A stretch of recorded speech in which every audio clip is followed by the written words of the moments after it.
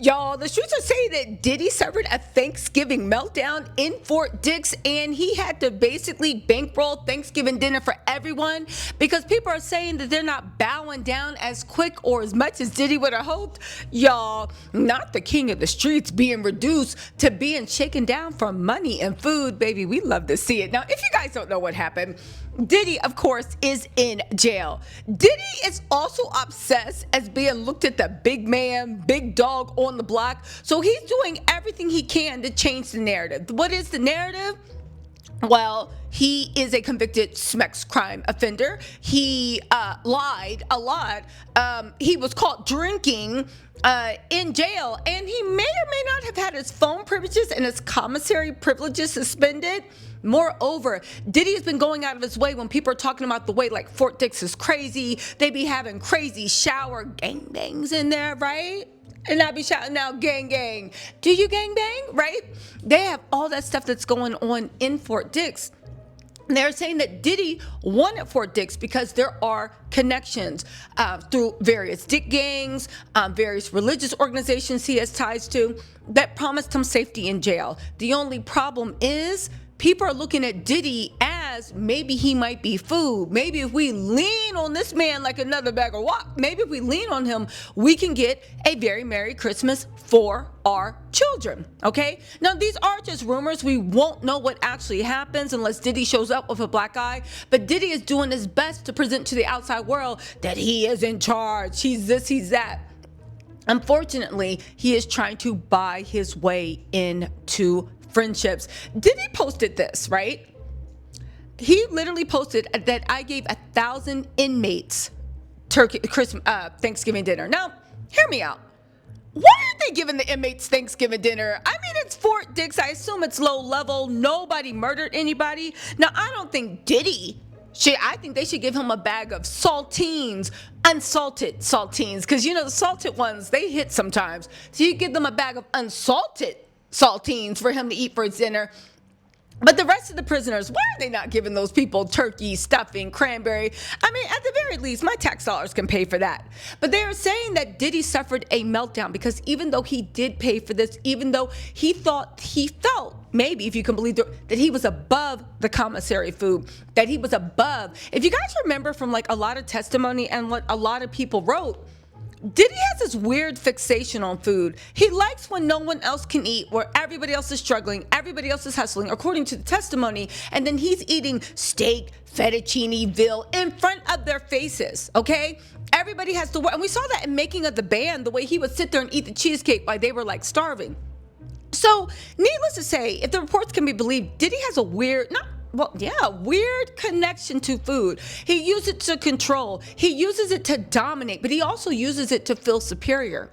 They're saying that prison is the great equalizer. Baby, whatever Diddy can get out of that commissary, everybody can buy their way out the commissary. And what they can't, they can work a few extra hours or get money sent to them on the books, okay? They're saying that Diddy suffered a meltdown because the reality that he's spending another Thanksgiving and Christmas when his lawyers, another Thanksgiving and Christmas when his lawyers promised him, even the first time, he wouldn't have to spend holidays in jail. When his lawyers promised him that even when he was not guilty on RICO and whatever, that he would, right? That he would be out before the holidays. They thought he was going to be out for July 4th. They said it is really, really hit home that he is in prison, that his legacy is destroyed, that his name is dirt, and even if he gets out, the only people that are going to stand by him are the losers that were standing by him during the trial. But again, Diddy don't want that. See, Diddy wants to be on a Rock Nation level of respect. He wants sexy. He wants grown. He wants sophisticated. He wants elite. He wants beautiful faces, tight bodies, and the men that bankrolls are almost as big as him.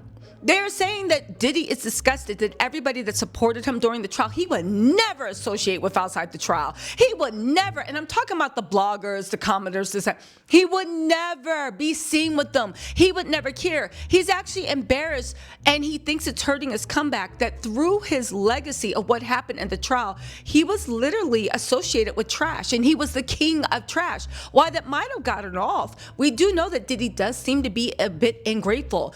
And being in jail, knowing that all these famous people that once begged to come to his parties, that kissed his butt, they didn't even wish him a happy Thanksgiving. Nobody has put money on the books. Nobody has come seeing him. And it makes him realize that he is going to have to work 12 times harder once he gets out to actually rehab his image. And you know what? We love to see it. Here's what I say Diddy should be worried about. If you couldn't even make it a month into Fort Dix, how are you going to make it on your probation? How are you going to threaten anybody? Because according to the testimony and what we've heard on the street, they say that's the way Diddy moves.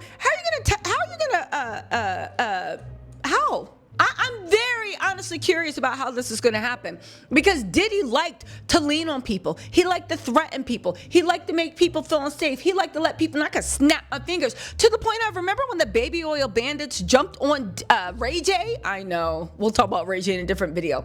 Jumped on Ray J on Halloween. He raised his kids with that mentality. They run these streets. How's he going to go back to that? He can't even make a money transfer without them knowing.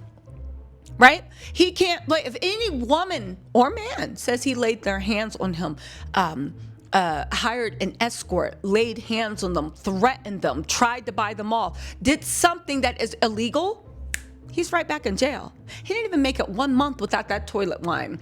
Anyway, remember when Diddy was like, Yana, it's the first time I've been sober in 25 years. I said, not 25 years. You got, most of your children are under 25. But when he said that, I just imagine him being like, Yana, this is the first time I've been sober in 3 weeks. Because I think, like, when you break the sober, doesn't the timeline start over? Anyway, listen. They said Sean Combs' fellow inmates were expecting a bleak Thanksgiving, but it all changed with a well-organized and well-funded plan by Sean Carter himself. Diddy will do anything it's funny you're doing more for the inmates than you ever did for the kids in Harlem, and I don't want to hear about that charter school, because if you read about that charter school, it's a big no. Anyway, Diddy, through his rep, so we don't even know if it's true, because his rep also said he wasn't 100% caught drinking, and that he hadn't been disciplined, and that he was making a call to the New York Times, so we can't believe anything the rep says. Diddy, through his rep, that do be lying to him, tells TMZ he worked with an internal group called the Bankroll Bosses. He and others bought food from the commissary and spent 2 days preparing it and distributed it to every housing unit in Fort Dix. Diddy told us, Thanksgiving to me is about making sure the people eat. Everybody misses their family. People get depressed during the holidays. We just wanted to come together as a family and do our thing. They said prison typically do bare bones Thanksgiving, running a minimum in and out service. B.I., a former gang leader who helped organize the initiative, says, we cooked the food and sent it to the buildings, enough for about 200 people each building. It took 2 days to prep everything.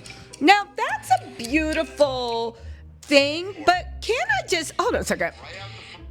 Oh my God, hold on. Sorry. That's a beautiful thing, but can I just say that? Here's the thing. They said there were obstacles. They had no stoves, no microwaves, and inmates preparing the food used ID cards for cutting. How did you get no stove and no microwaves? How did you make the turkey? They had turkey roast with trimmings, mashed potatoes, corn, and dessert. Diddy sees this, seems to be acclimating. I've heard that's not true. They said there's a lot of misinterpretations about prison. There's a strong brotherhood. We look out for each other. It's nothing but positive thing. It's like a bit of home in a dark place. Well, since you're doing so well, then why don't you stay there? Anyway, here's the thing I want to say, because I think that Diddy is just taking credit for everything that the inmates put together, because listen to what they said. They said he worked with the internal group, the Bankroll Bosses. He and others bought food from the commissary. So Diddy wasn't the only one. So you didn't bankroll this entire thing. You just pitched in. Typical Diddy, taking credit for what other people are doing. They prepared it and distributed it to every housing unit in Fort Dix. So shout out to the Bankroll Bosses for actually giving people a Thanksgiving. I ain't giving Diddy no credit, because I actually want to see how much he actually contributed, because we all know Diddy will lie and act like he changing the world and he ain't doing nothing. Anyway, listen, Diddy organized and bankrolls. Did you pay for all 1,000 meals? I doubt it. Anyway, more lies coming from the king of lies. Anyway, you guys, let me know what you think in the comments. But the streets are saying that Diddy is not doing well in jail. And we love to see it. Let me know what you think in the comments. I'll talk to you later. Bye.